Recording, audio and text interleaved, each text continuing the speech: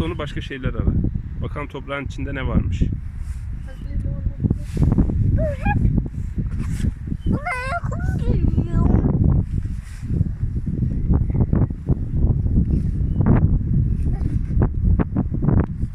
Baba, bunu almam gerek.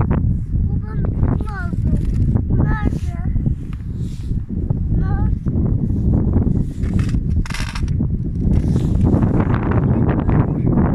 Bulamam. Ne yapacağım ben?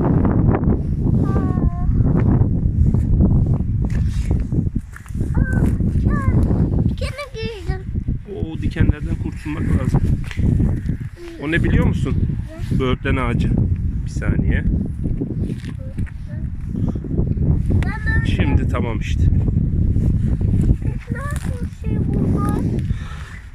Bulduğum şeyler. Böğürtlen ağacının dalı dikenli olduğu için ayağına yapıştı. Burası da tamam. Güzellemez. Nerede o şey ya?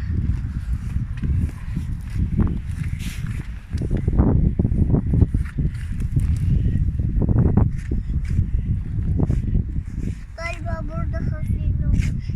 Hazine mi arıyorsun? Evet, hazine. Bak bir taş. Bu boş. Ah. Akşam. Usta kumda.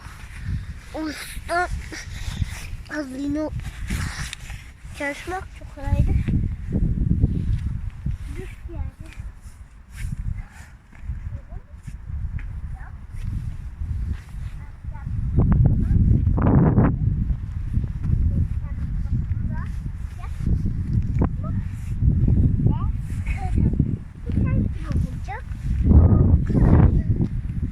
Hazine görüyorum.